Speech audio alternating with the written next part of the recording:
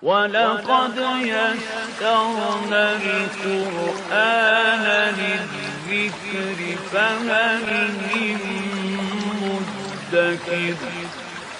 Dan sungguh telah kami mudahkan Al-Quran untuk peringatan, maka adakah orang yang mau mengambil pelajaran? Assalamualaikum warahmatullahi wabarakatuh. Hamdan syakirin, hamdan na'imin, hamdan yuwafi ni'mahu wa yukafi'u mazidah. Ya Rabbana lakal hamdu kama yanbaghi wajhikal karim wa 'azimi sultanik. Na'udzu bihi min syururi anfusina wa min sayyiati a'malina. May yahdihillahu fala mudilla lahu wa may yudlil fala hadiya lahu. Asyhadu an la ilaha illallah wahdahu la syarika lahu wa asyhadu anna Muhammadan abduhu wa rasuluhu la nabiyya ba'da. Allahumma salli ala sayyidina Muhammad wa ala ali sayyidina Muhammad wa khatamun nabiyyin wa ala alihi wa sahbihi wa man tabi'ahum bi ihsanin ila yaumiddin. Amma ba'du. Alhamdulillah, Allah pertemukan kita kembali setelah kita menunaikan sholat subuh. Mudah-mudahan Allah senantiasa memberkahi pertemuan kita ini. Kemudian yang kedua, mudah-mudahan ilmu yang kita pelajari pada pertemuan kita ini dijadikan oleh Allah sebagai ilmu yang bermanfaat, serta mudah-mudahan Allah senantiasa berikan kesehatan, berikan afiah kepada kita dan keluarga kita. Amin. Baik, kita langsung masuk kepada surah Al-Maidah ayat 97. A'udzu billahi minasy syaithanir rajim. Ja'alallahul ka'batal baital harama qiyaman linnas. Saya putus situ aja biar pendek. Ja'alallahul ka'batal baital harama qiyaman linnas والشهر الحرام والهدي والقلائد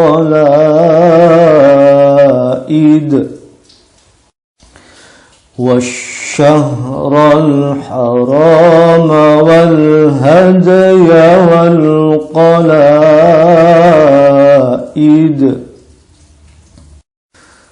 ذلك لتعلموا أن الله يعلم ما في السماوات وما في الأرض. ذلك لتعلموا أن الله يعلم ما في السماوات وما في الأرض وأن الله بكل شيء عليم وأن الله بكل شيء عليم.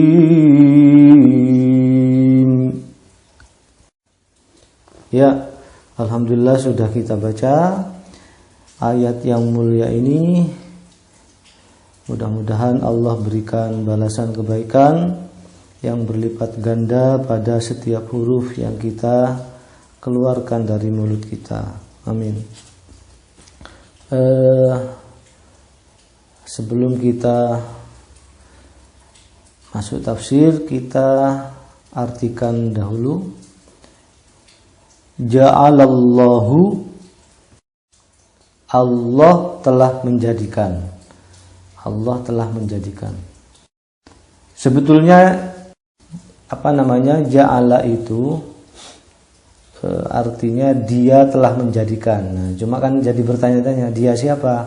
Di situ disebut Allahu. Jadi subjeknya ditaruh di belakang. Biasanya kan kalau di pelajaran bahasa Indonesia itu kan subjeknya di depan kan. Nah, ini dibalik kalau bahasa Arab. Subjeknya ditaruh di belakang. Telah menjadikan Allah.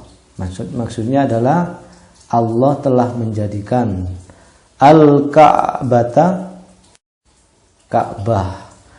Ka'bah itu sebagaimana telah kita ketahui bersama, barangnya ada, cuman secara bahasa Ka'bah itu artinya kubus. Artinya kubus, sesuatu yang berbentuk kubus. Rumah kubus.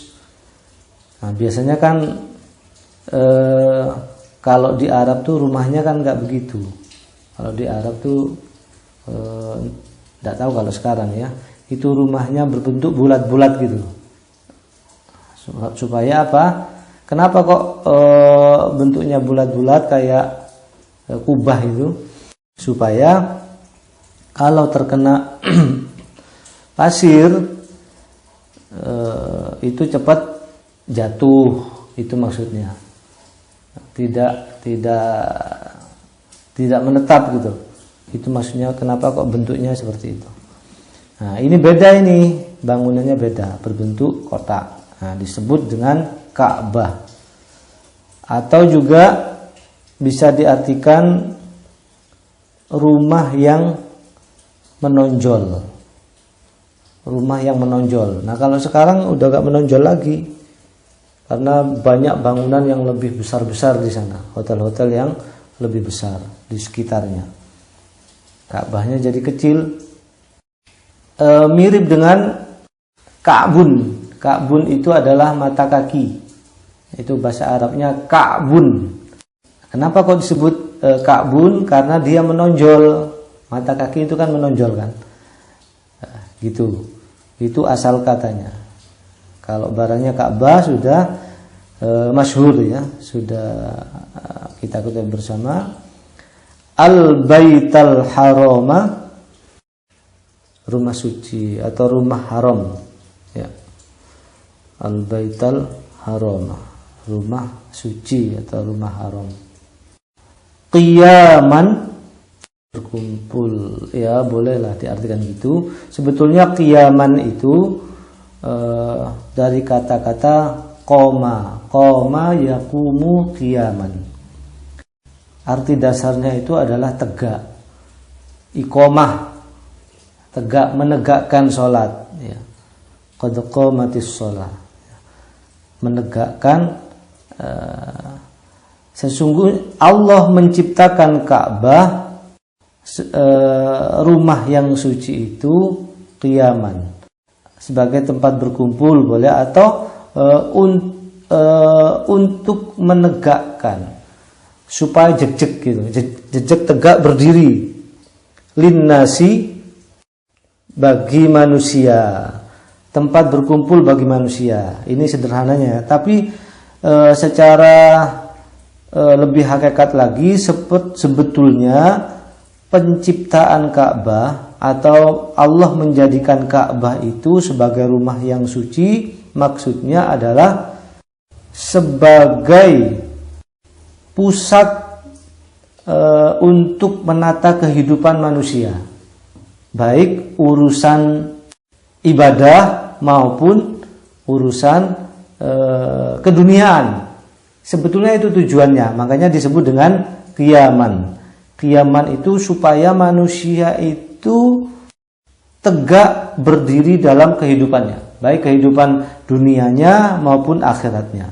Itu sebetulnya tujuan penciptaan Ka'bah, supaya kehidupan manusia ini aman dan sejahtera, beribadahnya aman, kemudian kehidupannya juga terjamin. Bahkan kita saksikan sekarang di Makkah Bisa jadi di sana nggak ada yang kekurangan makanan, iya kan? Meskipun tergolong orang miskin di sana. Banyak orang-orang yang bersedekah di Makkah atau di Baitul Haram. Ka'bah itu disebut juga dengan Baitul Haram atau Baitullah disebut juga dengan Baitullah. Tidak ada di sana yang bisa dikatakan kehidupannya semuanya tercukupi, begitu. Karena tujuannya itu.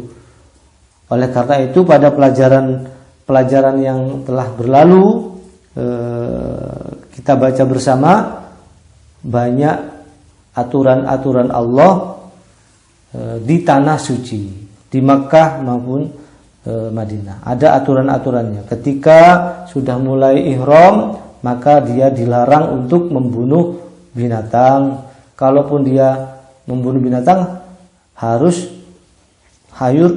membayar denda, harus membayar dendanya. Nah, itu bagian dari aturan ini sebetulnya tujuannya adalah qiyaman linnas. Begitu, itu tujuan diciptakannya atau dijadikannya Ka'bah. Jadi kalau sudah di sana, kalau masalah akhirat, maka kita beribadahnya di sana menjadi tenang, beribadahnya menjadi fokus, menjadi lebih khusyuk daripada beribadah di selain atau di luar Baitul Haram atau di luar Ka'bah. Beribadahnya jadi lebih fokus. Kita mudah menangis di sana. Kira-kira betul nggak Pak Panggi pernyataan saya ini? Betul ya. Jadi itulah yang dimaksud dengan qiyaman linnas. Nah, itu yang dimaksud dengan qiyaman linnas. Betul-betul tegak di sana, baik ibadahnya maupun dunianya. Tegak betul di sana. Jadi ibadah itu mudah fokus, mudah sekali untuk khusyuk dan juga aman. Nah, makanya di situ disebut dengan qiyaman. Juga kehidupan manusia itu menjadi tegak juga secara duniawi. Ya, secara duniawi. Coba kalau ada katakanlah ada yang membunuh binatang waktu ihram, maka dia harus membayar dendanya, dan dendanya itu diberikan kepada fakir miskin yang ada di sana. Begitu. Atau juga bisa kita lihat doanya Nabi Ibrahim ketika melakukan manasik, Rabbi ja'al hadza baladan aminan. Wahai Tuhanku, jadikanlah negara ini negara yang aman. Warzuq ahlahu, dan berikanlah rizki kepada penduduknya, minas samarati man amana minhum billahi wal yaumil akhir. Bagi siapa-siapa yang beriman kepada Allah dan kepada hari akhir. Itu doanya Nabi Ibrahim. Kita lihat di sana. Di sana tidak ada buah jeruk misalnya, atau tidak ada pohon apel mungkin. Bisa jadi di sana apel ada, begitu. Tidak ada mangga, mungkin di sana juga ada gitu.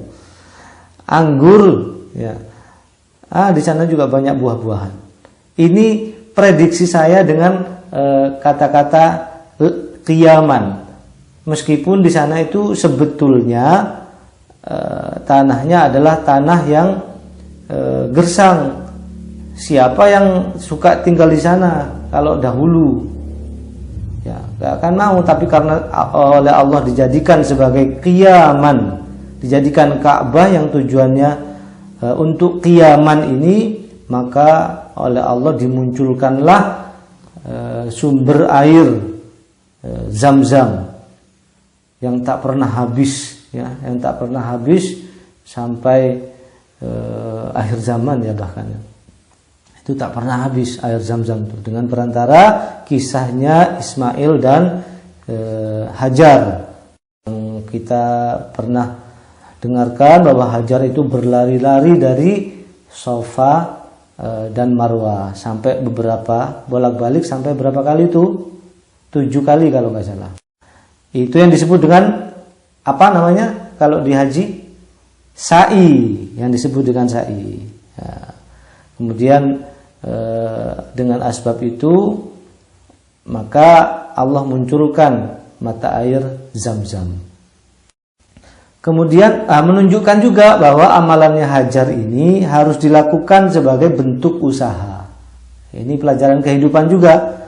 Jadi kalau mau sesuatu maka dia harus melaksanakan wasilahnya. Dia harus berlari-lari itu dari Safa ke Marwah.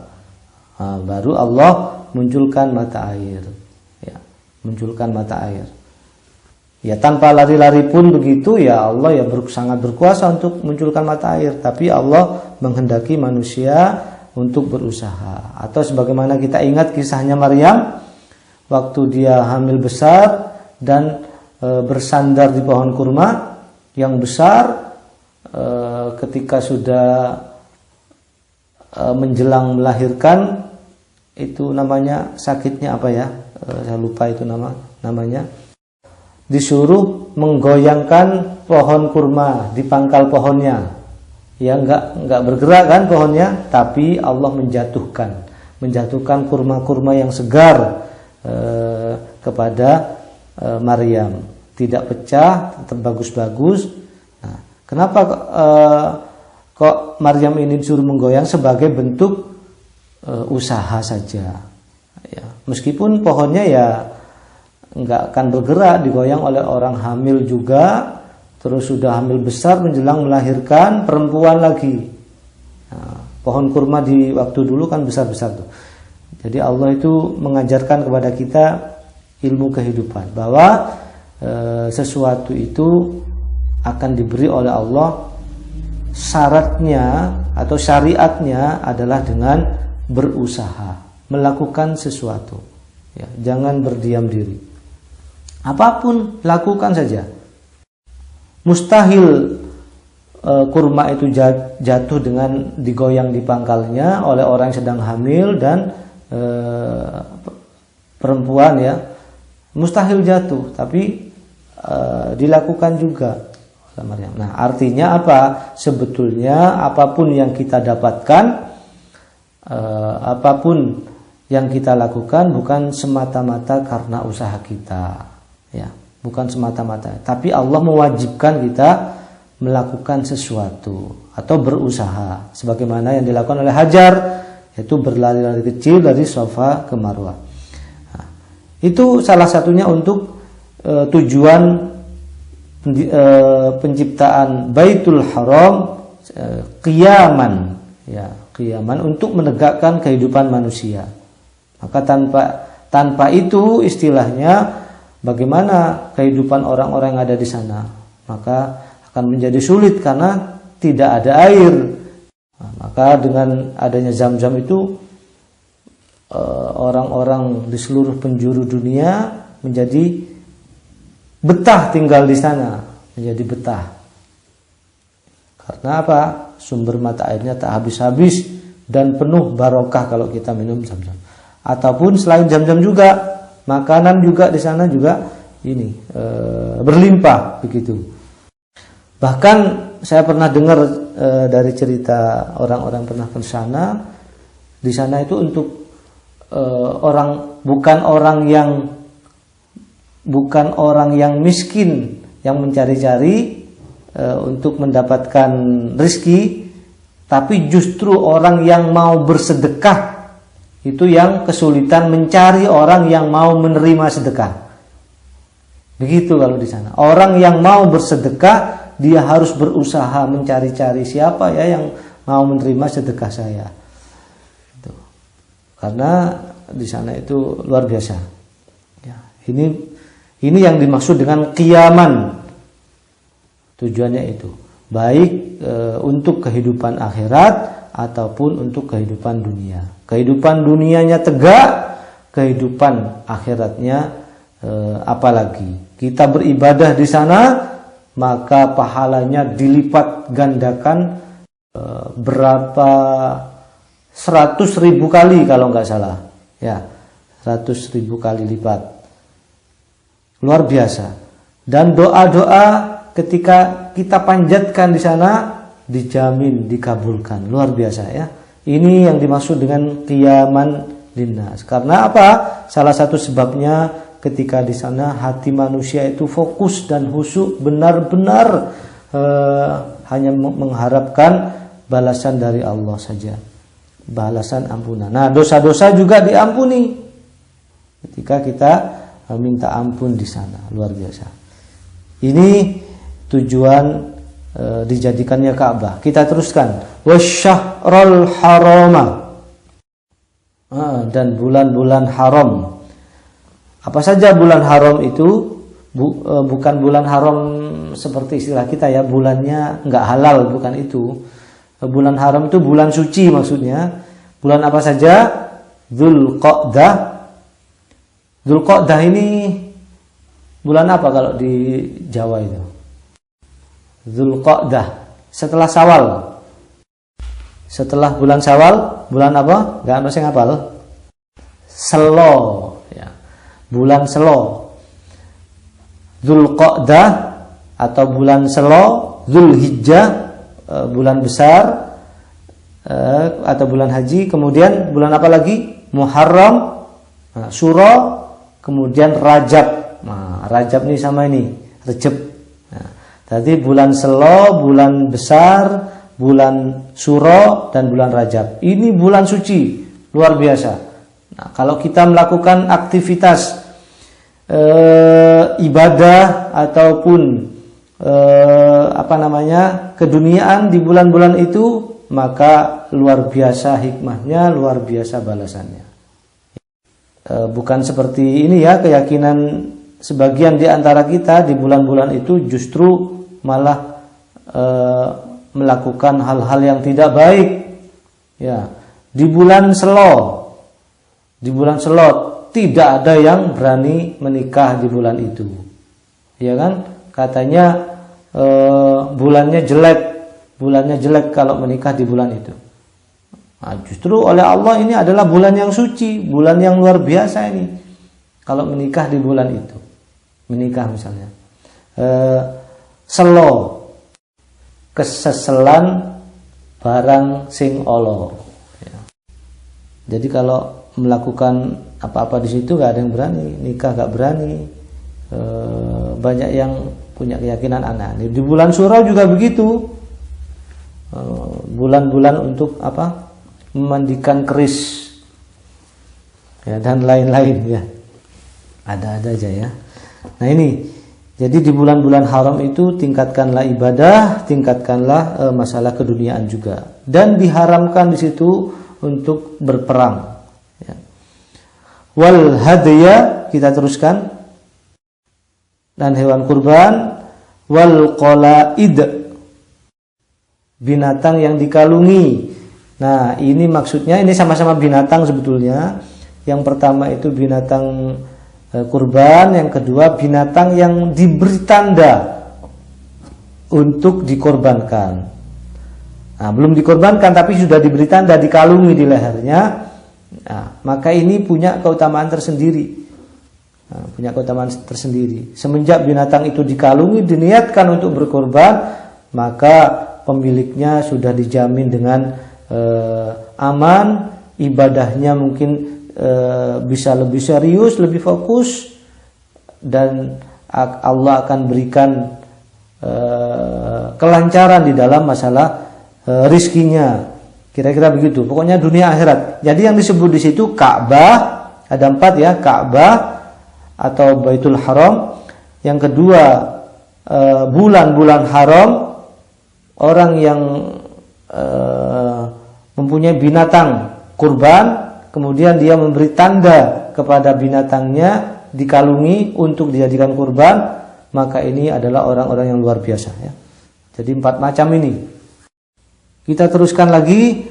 Zalika, yang demikian itu, lita'lamu, agar kamu mengetahui, annallaha, bahwasannya Allah, ya'lamu, mengetahui, ma fis samawati, apa-apa yang di langit, wa ma fil ardi, dan apa saja yang ada di bumi.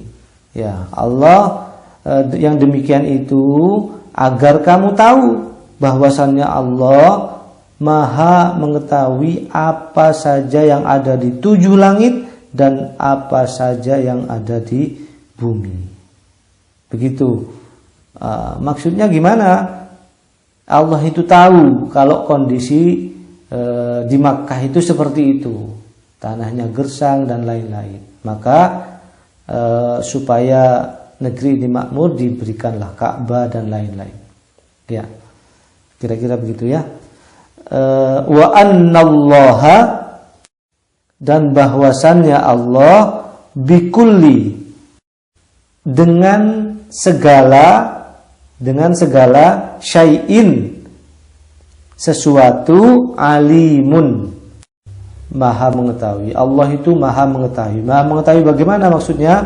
Dia maha mengetahui apapun yang ada di langit dan di bumi, apapun yang ada di kita, baik yang kita tampakkan maupun yang kita sembunyi-sembunyikan. Allah semuanya tahu. Apa yang kita lahirkan atau apa yang terbersit di dalam hati kita, Allah maha mengetahuinya.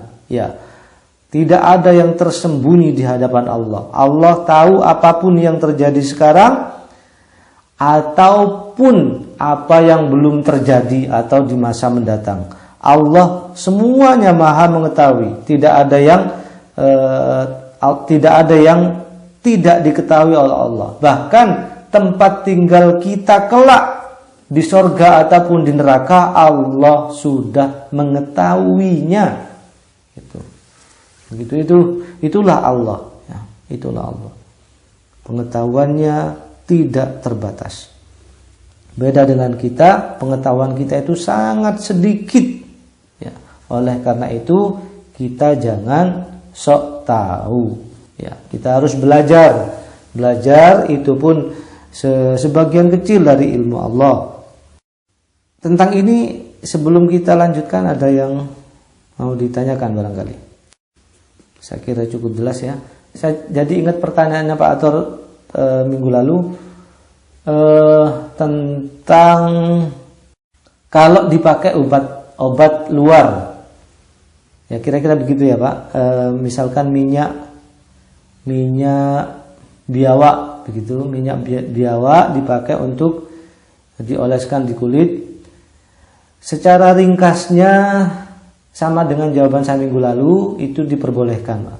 Tapi ada yang mengatakan kalau itu barangnya termasuk najis tetap boleh, tapi harus dibersihkan ketika mau melaksanakan sholat begitu.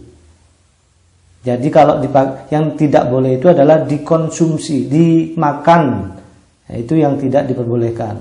Kalau untuk obat luar, itu kesimpulannya bisa disimpulkan dengan jawaban singkat, diperbolehkan. Hanya saja kalau barangnya najis, itu disucikan ketika mau sholat.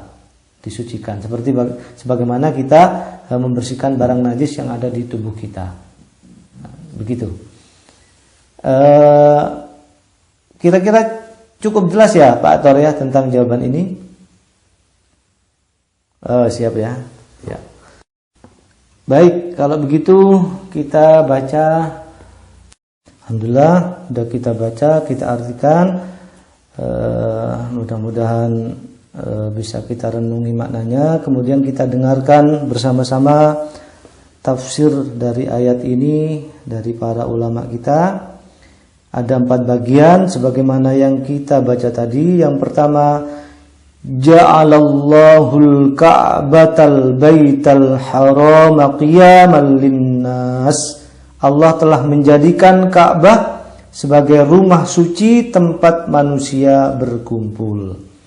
Maksudnya Allah jadikan Ka'bah itu yang merupakan rumah Allah yang mulia sebagai sumber tegaknya kehidupan manusia, baik terkait dengan agamanya maupun dunianya.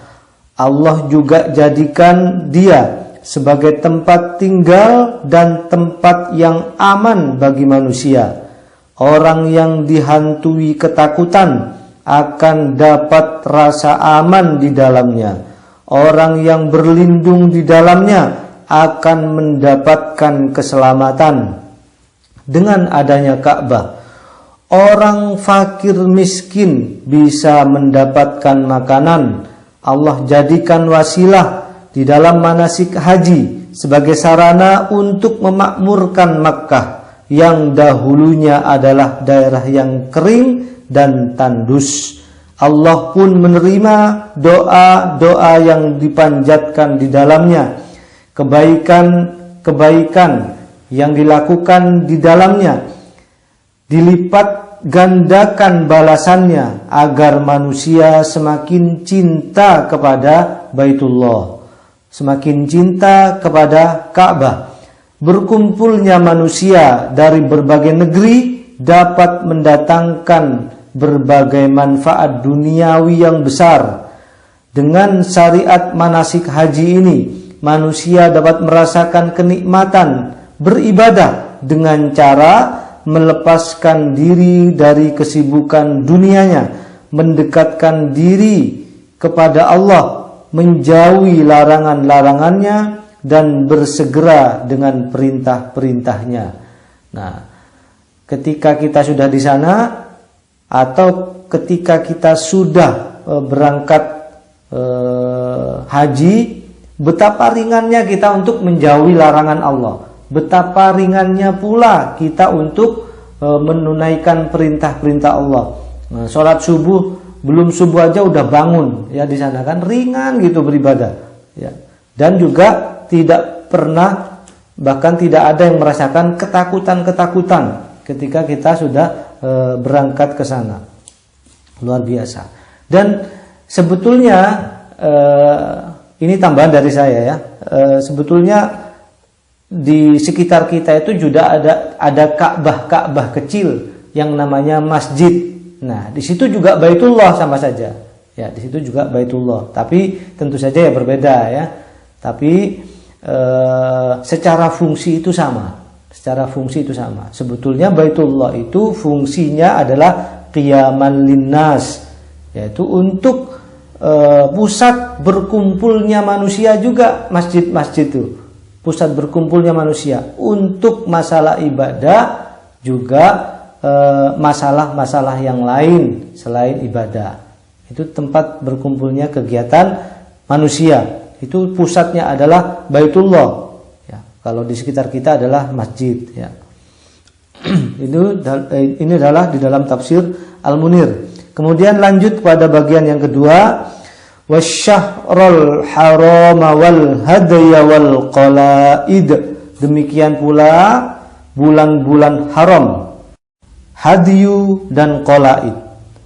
Allah juga menjadikan bulan-bulan haram atau bulan-bulan yang suci, yaitu Dzulqa'dah, bulan Selo, Dzulhijjah, Muharram, dan bulan Rajab sebagai bulan-bulan yang tenang untuk beribadah. Bulan-bulan yang tenang juga untuk bekerja, karena pada bulan-bulan tersebut tidak diperbolehkan berperang. Ya. Jadi bulan-bulan ini sebetulnya cerminan dari bulan Dzulhijjah ya, bulan-bulan suci, tidak diperbolehkan berperang, tidak boleh bertengkar, tidak boleh berkata-kata kotor, mengumpat, mencela dan lain sebagainya ya. Begitu juga binatang-binatang ternak seperti onta, sapi, dan lain-lainnya yang disembelih di tanah haram. Itu sebagai hadiah yang dibagi-bagikan kepada fakir miskin. Demikian juga binatang-binatang yang diberi kalung atau qalaid sebagai tanda bahwa binatang-binatang ini akan diperuntukkan sebagai binatang kurban yang akan disembelih. Hal tersebut akan menambah syiar ibadah kaum muslimin dan merupakan saat-saat bahagia bagi fakir miskin. Ini tafsir dari Kementerian Agama. Kalimat Syahrul Haram disandingkan dengan Ka'bah itu bermaksud bahwasannya Allah juga menjadikan bulan-bulan haram ini sebagai penyokong bagi kehidupan manusia. Ya. Di dalamnya ada kebaikan bagi kehidupan manusia, baik urusan dunianya maupun akhiratnya. Oleh karena itu bulan-bulan ini disandingkan dengan Ka'bah. Perkataan Syahrul Haram ditujukan untuk melindungi mereka dari peperangan di tanah haram, kalau di sana ya. Al-Hadiyu, atau yaitu binatang ternak yang disedekahkan di tanah haram untuk membantu kehidupan orang-orang fakir di dalamnya. Nah, di luar tanah haram juga ada al-hadiyu ketika kita merayakan hari raya Idul Adha, ya, berkurban. Al-Qalaid, binatang yang diberi tanda, diberi kalung di lehernya saat dibawa sebagai binatang kurban. Al-Qalaid disebut secara khusus di ayat ini untuk menunjukkan bahwa posisinya yang mulia di antara binatang-binatang yang lain. Hadiyu dan Qalaid ditujukan juga untuk kemaslahatan manusia, yaitu pemilik keduanya akan aman dari gangguan. Ya, ini tafsir Al-Munir. Jadi bagi yang mempunyai hadiyu dan qalaid, binatang kurban atau binatang kurban yang sebelum-sebelumnya sudah dikasih tanda, dikalungin, maka pemiliknya akan mendapatkan rasa aman. Ya, aman dari apa aja, dari penyakit mungkin ya, dari musibah, dari gangguan, dari pencurian bahkan gitu, dan lain-lainnya ya. Aman dari rasa ketakutan. Tafsir Al-Munir. Kemudian lanjut lagi kepada bagian yang ketiga, dzalika lita'lamu annallaha ya'lamu ma fis samawati wa ma fil ard. Yang demikian ini agar kamu mengetahui bahwasannya Allah Maha tahu apa saja yang ada di semua langit dan apa saja yang ada di bumi. Maksudnya ketetapan Allah mengenai Ka'bah ini dan aturan-aturannya tentang manasik haji, tentang syariat haji, tentang ibadah-ibadah di dalam manasik haji, syai, kemudian tahallul dan lain-lainnya ya.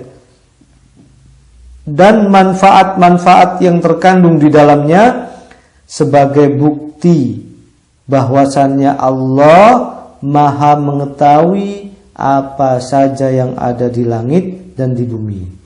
Nah, di dalam manasik haji itu manfaatnya tidak hanya akhirat saja, pahala dilipat gandakan, dosa-dosa diampuni, doa diterima, tidak hanya itu, tapi juga membawa efek dunia yang luar biasa. Dengan adanya manasik haji, maka membawa kemakmuran bagi masyarakat atau penduduk di sekitar Ka'bah. Bahkan untuk negara Saudi Arabia akan menjadi lebih makmur lagi dengan adanya manasik haji ini.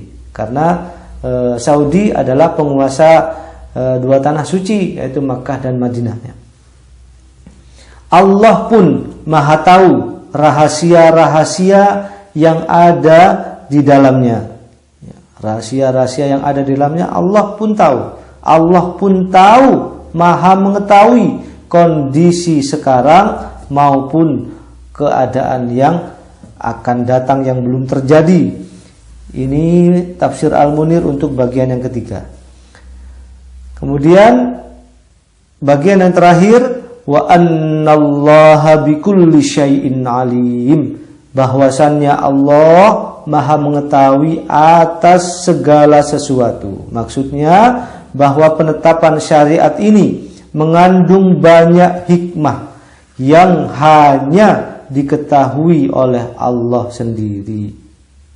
Nah, sebagaimana misalnya kalau dalam manasik haji ya, ada amalan sa'i, suruh lari-lari di antara Safa dan Marwah. Ngapain lari-lari begitu gitu? Lari-lari kecil. Tidak boleh lari cepat, tidak boleh ya. Harus lari-lari kecil saja. Ngapain begitu? Itulah Allah yang Maha mengetahui hikmah yang di dalamnya yang hanya diketahui oleh Allah. Ya, kalau dalam sejarah sih meniru yang dilakukan oleh Hajar. Ya. Demikian juga waktu tawaf. Waktu tawaf ada yang jalan biasa, ada juga ada jalan agak cepat gitu. Ini juga hanya Allah yang Maha mengetahui hikmah yang ada di dalamnya. Dia Maha mengetahui segala sesuatu, baik yang kecil ataupun yang besar, yang rahasia maupun yang terang-terangan, yang batin ataupun yang dilahirkan, yang nampak maupun yang tersembunyi.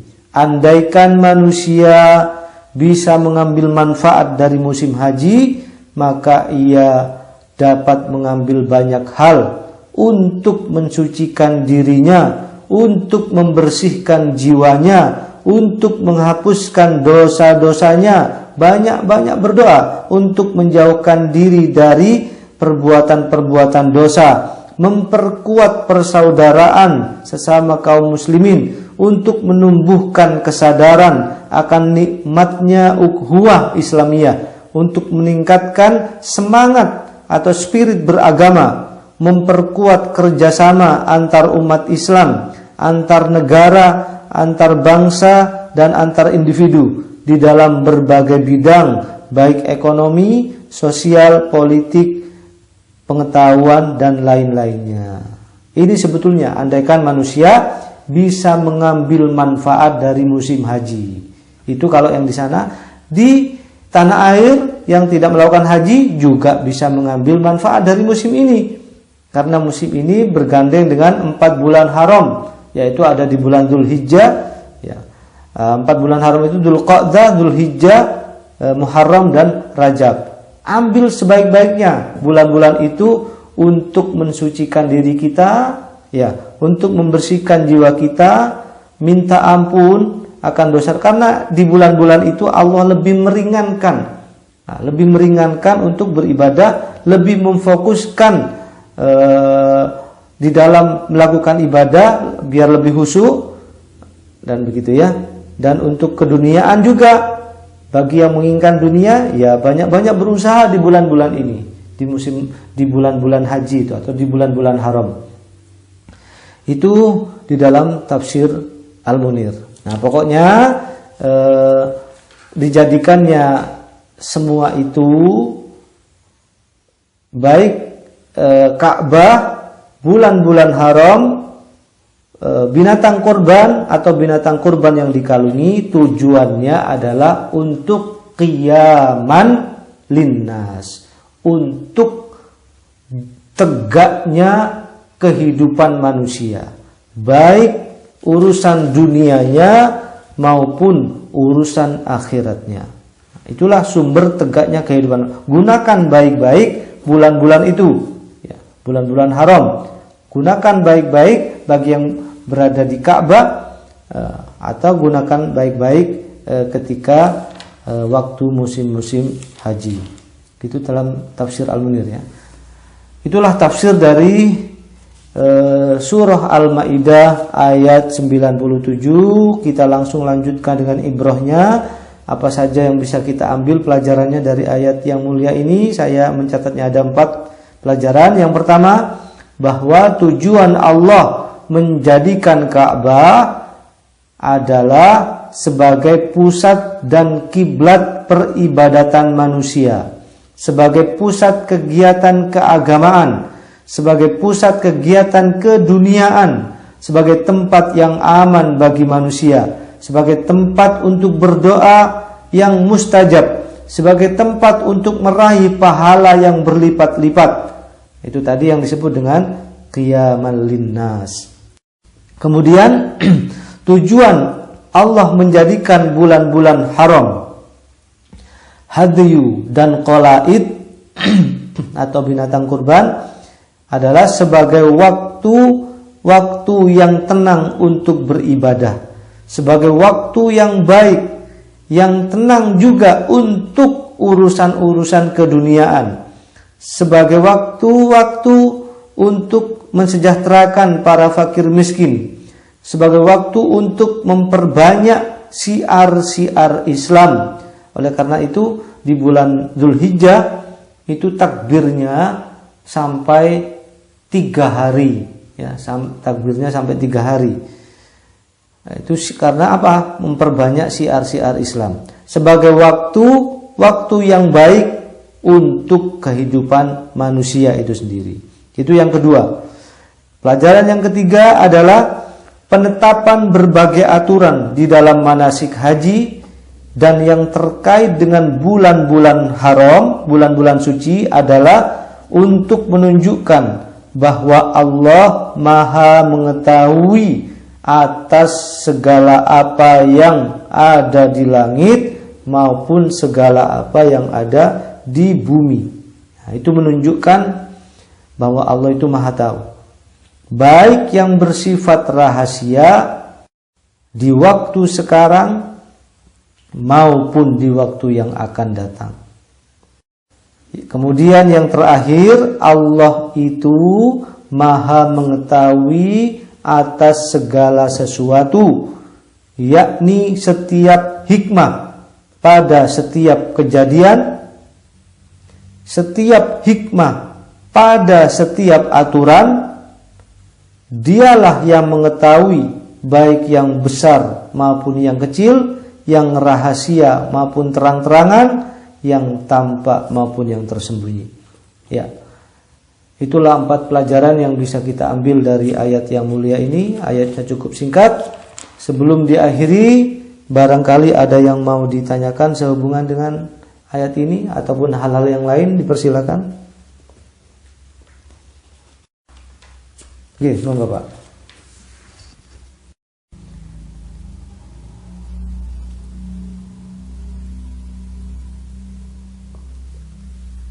Ya, begini.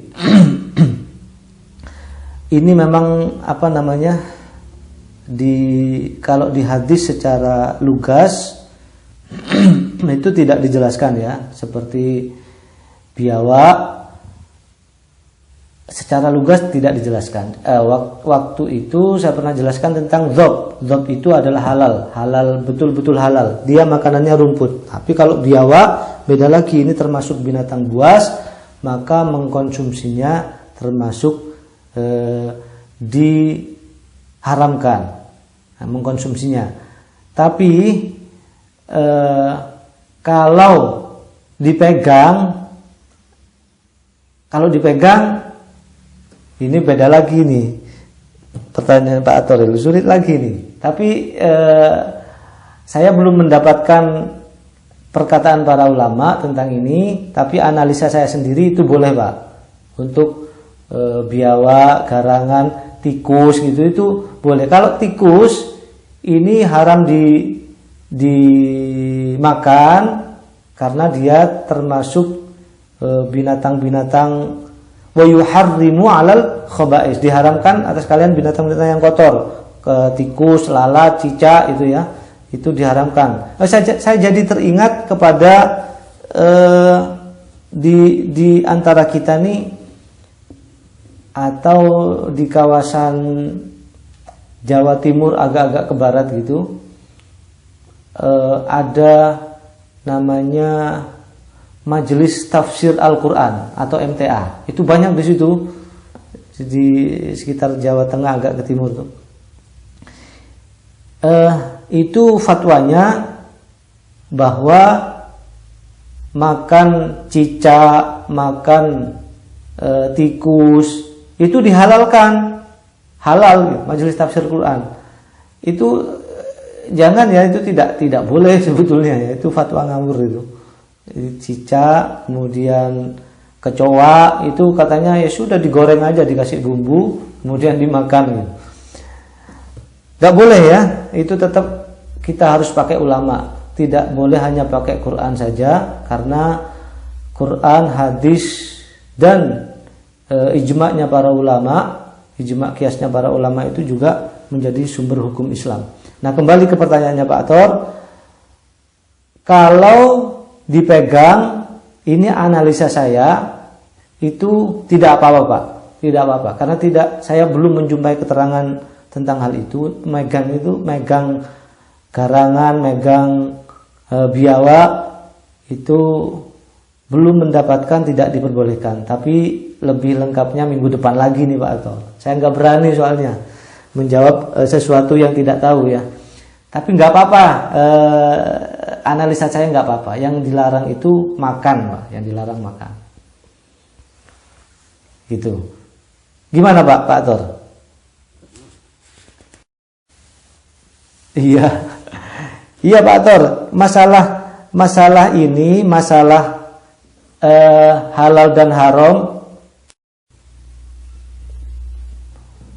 Kalau biawak enggak Pak.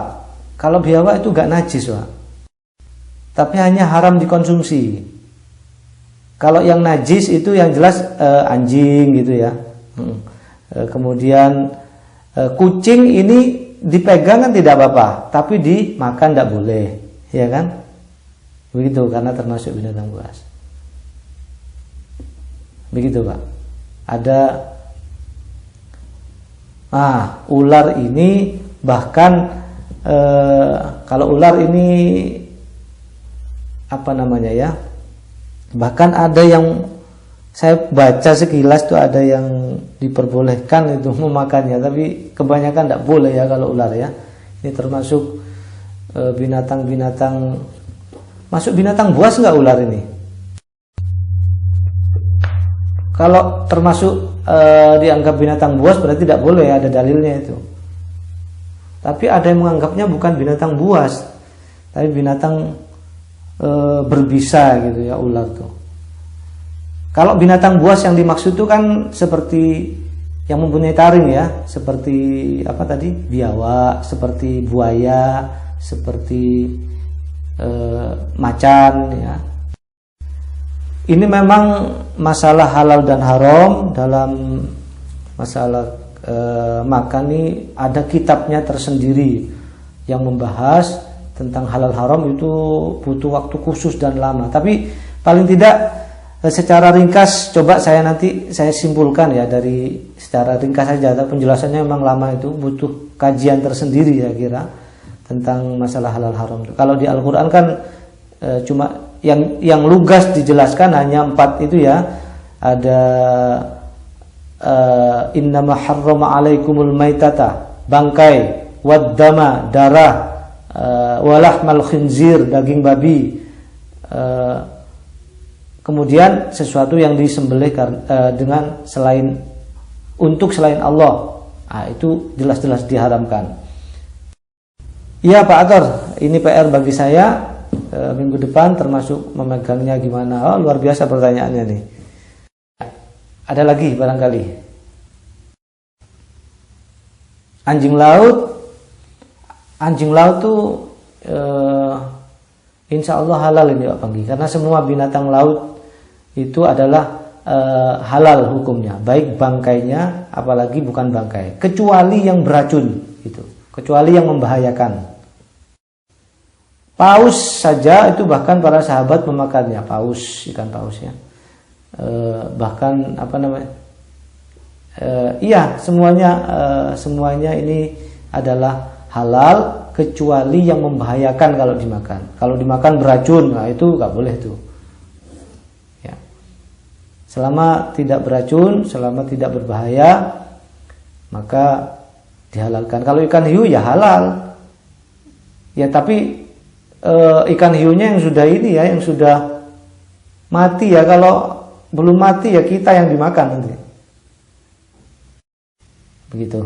Ya, ada lagi. Ya. Bahwa laut itu airnya suci dan halal bangkainya. Itu di hadis ya. Air laut itu suci dan bangkainya pun halal. Ya, ada lagi mungkin selain itu terkait dengan Ka'bah ini. Monggo. Haram itu artinya suci. Sama saja. Kalau itu bergandengnya dengan halal, berarti boleh dan tidak boleh, itu Pak maksudnya. Tergantung konteksnya. Haram sama saja tulisannya sama saja. Tapi kalau disebut Masjidil Haram, berarti bukan masjidnya haram, maksudnya haram untuk berbuat yang tidak baik di situ gitu. Masjid yang suci diartikan. Tapi kalau haram-haram di Indonesia itu maksudnya tidak boleh ya. Begitu. Ada lagi barangkali? Udah ya, cukup jelas saya kira.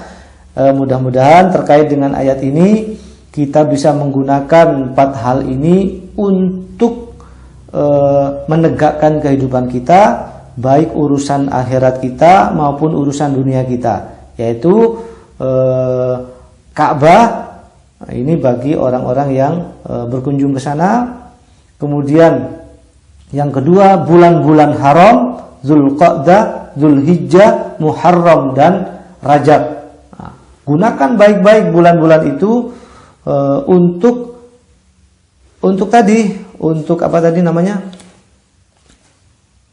mensucikan diri, untuk memohon ampun, untuk beribadah sebanyak-banyaknya, untuk bekerja dengan serius. Itu di bulan-bulan itu lebih serius maksudnya, bukan berarti di bulan lain nggak serius ya, maksudnya di bulan-bulan itu lebih ditingkatkan.